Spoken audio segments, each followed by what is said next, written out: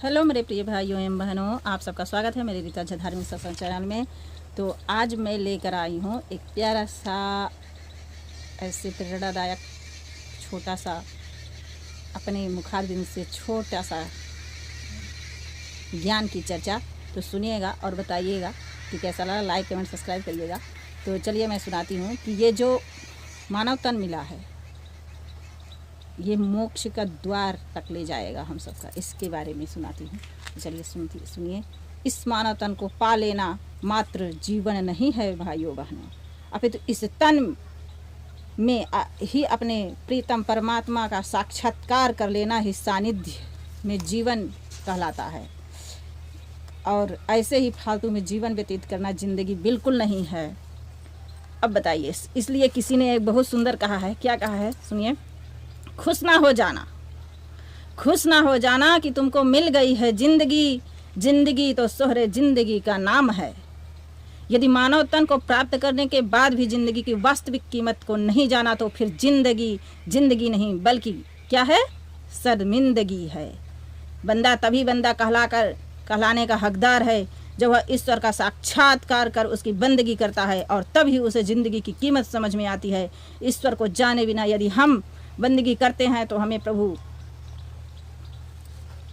नहीं पा सकते, हम अपने प्रभु तक नहीं पा सकते हैं। बंदा आपद बराए बंदगी, जिंदगी वे बंदगी शर्मिंदगी। जब मनुष्य किसी ब्रह्मनिष्ठ पूर्ण सतगुरु की कृपा से अपने भीतर की परमात्मा को देख लेता है, प्रेरित करता है, आचरण करता है ऐसा, तभी उसके जीवन मानवता का गुण उसके अंदर जब रहता है तभी मानव कहलाने के योग्य है, नहीं तो मानव नहीं, वो पशु के समान है।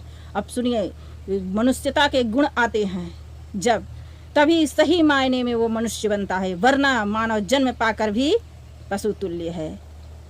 मनुष्य में मनुष्य के गुणों का होना बहुत जरूरी है, नहीं तो उसकी कोई कीमत नहीं होती। कैसे? जैसे सुगंध के बिना चंदन का पेड़, अगर उसमें सुगंध ना रहे तो चंदन का पेड़ का मूल्य कोई ऐसे आलतू फालतू लकड़ियों के जैसे उसका मूल्य हो जाएगा। वैसे ही धर्मेण हीनः पशु भी समानः, अर्थात धर्म से हीन व्यक्ति पशु के समान है। जिसने मानव तन पाकर भी ईश्वर की शाश्वत भक्ति प्राप्त नहीं की, वह मनुष्य हुए भी पशु के समान है। ऐसे ही प्राणियों के लिए वेदों में कहा गया है, मनुर्भवो मनुर्भव, अर्थात मनुष्य बनो मनुष्य बनो। अतः मानव तन को पा लेने से कोई मनुष्य नहीं हो पाता।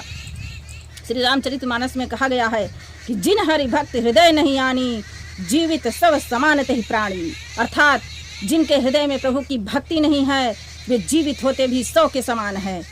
गुरुवाणी में श्री गुरु नानक देव जी कहते हैं कि सो जीविया जिसु मनि वसिया सोई नानक अवर न जीवे कोई। जिसके हृदय में प्रभु का निवास है वास्तव में वही जीवित है, बाकी सभी मृतक के समान है, क्योंकि वे ईश्वर को जाने बिना क्षण प्रति क्षण मृत्यु की ओर जा रहे हैं, बढ़ रहे हैं। अतः वास्तव में जीवन का प्रारंभ ही तभी होता है जब हम प्रभु की शाश्वत भक्ति को जानकर मृत्यु से अमृतमय की ओर, मृत्योर्मा अमृतम गमय, जानकर जाना शुरू कर देते हैं। शाश्वत भक्ति अर्थात जो सनातन है, पुरातन है, जिसको कभी बदला नहीं जा सकता। संसार के सभी मान्य ग्रंथ जिसकी महिमा गाते हैं, सभी महापुरुषों ने अपने अपने समय में इसे प्राप्त कर लिया है और इसी का प्रचार किया है।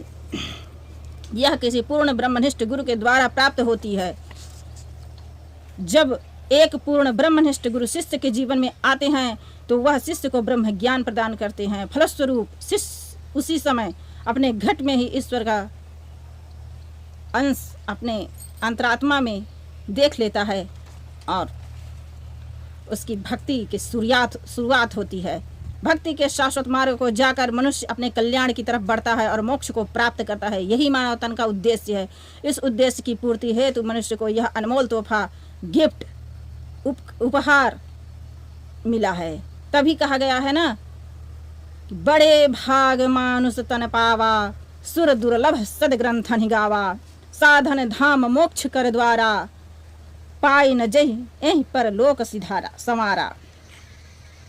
साधन धाम मोक्ष कर द्वारा, पाई न जही पर लोक समारा। श्री रामचरितमानस में गोस्वामी तुलसीदास जी कहते हैं कि मनुष्य का तन हमें बड़े भाग्य से मिला है, यह देवताओं को भी दुर्लभ है। आखिर इस तन की महिमा इतना क्यों गाई गई है? क्योंकि यह ऐसा साधन है जिसके माध्यम से मोक्ष की प्राप्ति की जा सकती है। यह मानव तन जितना दुर्लभ है उतना ही क्षणभंगुर भी है। श्रीमद् भागवत पुराण में कहा गया है कि दुर्लभो मानुषो देहो देहिना क्षणभंगुरः, कि यह दुर्लभ तो है और क्षणभंगुर भी है, अर्थात ये कब समाप्त हो जाए इसका कोई भरोसा नहीं है। परंतु फिर भी मनुष्य भक्ति को कल और परसों में टाल देते हैं। अधिकतर लोगों की यही धारणा होती है कि भक्ति तो वृद्धावस्था में करनी चाहिए, परंतु विचार करें कि इंसान के जीवन में एक पल का भरोसा नहीं है तो वृद्धावस्था तो बहुत दूर रहा। वहाँ किसी कार्य को कल पर कैसे टाल सकता है। सुथरा साहब एक भक्त थे, वे कहते हैं कि मौत तो हर पल तेरे सिर पर मंडरा रहा है, तेरे जीवन के एक पल का भी भरोसा नहीं है। तभी कहा गया है अख फड़कनी ना मिले, मिले मुख बिच रहे न ग्राह, लख लानत ये सुथरिया जो पलदा करे विसा। सुथरा जी कहते हैं कि हे मानव, तेरी पलकें जो हमेशा झपकती हिलती रहती है, अगले पल झपकेगा कि नहीं ये भी भरोसा नहीं है। और तूने जो रोटी खाने के लिए कौर उठाया है, तेरे गले के अंदर वो उतरेगा या अर्थात उसे खा भी पाएगा कि नहीं, इसका भी तुझे भरोसा नहीं है। इसलिए तू एक पल भी व्यर्थ मत गवा। जीवन का एक भरोसा, पानी केरा बुदबुदा असमानुष की जात, देखत ही छिप जाएगा ज्यों तारा प्रभात। अर्थात जैसे पानी में अनेक बुलबुले बनते हैं परंतु देखते ही देखते समाप्त हो जाते हैं, वैसे ही मनुष्य का जीवन है। जैसे रात में टिमटिमाते तारे सुबह छिप जाते हैं, दिखाई नहीं देते, वैसे ही मनुष्य का जीवन भी समाप्त हो जाता है। इसलिए मानव जन्म ही केवल ऐसा जन्म है जिसमें मनुष्य गुरु के सानिध्य में मोक्ष की प्राप्त कर सकता है। परंतु बहुत से लोग कहते हैं कि अपने जिम्मेवारियों को पूरा करना ही धर्म है, पर कभी यह विचार नहीं किए कि प्रभु श्री राम जब धरती पर धर्म की स्थापना करने ही आए थे तो क्या किए थे। काफी घर पे ही परिवार पे ही रह करके अपने धर्म का निवारण नहीं किया था, उनको भी अपने परिवार से दूर जाना पड़ा था। इसी तरह भगवान श्री कृष्ण को भी अपने सगे संबंधियों से दूर रहना पड़ा था। श्री गुरु गोविंद सिंह जी ने धर्म की स्थापना के लिए अपनी संतानों का बलिदान, परिवार की जिम्मेवारियों और धर्म बलिदान दिया। यदि परिवार की जिम्मेवारी ही धर्म है तो इन सबको ऐसा क्यों करना पड़ा, आप लोग बताइए अब कि क्यों करना पड़ा उन लोग। वेदांत के प्रख्यात ग्रंथ ब्रह्म सूत्र का प्रथम ही सूत्र है अथा तो ब्रह्म जिज्ञासा, अर्थात ब्रह्म स्वरूप को जानने की तीव्र इच्छा। क्या आपने ईश्वर को जानने की तीव्र इच्छा प्रकट की? नहीं किया। अगर कहा गया है कि शरीर माध्यम खलु धर्म साधनम, अर्थात यह शरीर ही धर्म को जानने का योग्य माध्यम है। इस तन में ही आप अपनी वास्तविकता को समझ सकते हैं और हम कौन हैं, कहाँ से आए हैं, मुझे कहाँ जाना है, सभी प्रकार के प्रश्न का जवाब आप इस शरीर से ले सकते हैं। तभी महापुरुषों ने समस्त मानव जाति के सामने एक प्रश्न रखा है, तुम हो कौन, कहाँ से आए, कहाँ है निज घर तेरा, किस कारण तुम भर मत डोलो, तन तज कहाँ बसेरा।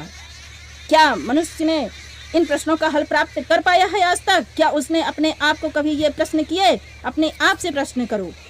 अगर मनुष्य अपने आप से यह प्रश्न करे कि मैं कौन हूँ, तो वह आपके अपने को किसी का पुत्र, किसी का पत्नी, किसी का भाई आदि बताएगा, परंतु यह हमारा वास्तविक परिचय नहीं है भाइयों बहनों।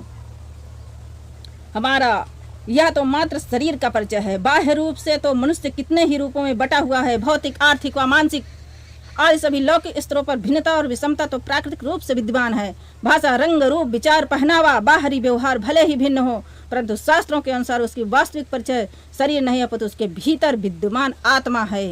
ईश्वर अंश जीव अविनाशी, कि हम परमात्मा के अंश हैं, यही हमारा सार्वभौमिक चेतना है जो सर्वभूत प्राणियों के समान रूप से विद्यमान है। गुरुवाणी में आता है एक पिता एकस के हम बारिक, अर्थात हम सब उसी परम सत्ता अर्थात परमात्मा रूपी पिता के संतान हैं।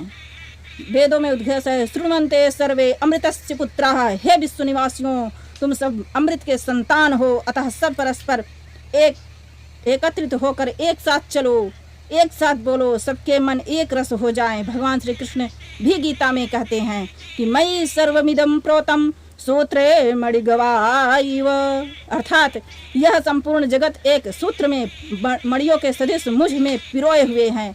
जो इस सार्वभौमिक ब्रह्म सूत्र आत्मा का साक्षात्कार कर लेता है, उसी के लिए यह संपूर्ण जगत एक दिव्य माला और प्रत्येक जीव माला में गुथी हुई मणियों के सदृश हो जाता है। अतः मनुष्य जब इस सत्य को जान लेता है, उसे पता कर लेता है, और उसे जब पता चलता है कि मैं सांसारिक रिश्तों में बंधा हुआ हूँ, केवल शरीर नहीं बल्कि परमात्मा की ज्योति का अंश हूँ, और इसी ज्योति का साक्षात करते हुए जीवन के महान लक्ष्य को प्राप्त कर लेता है।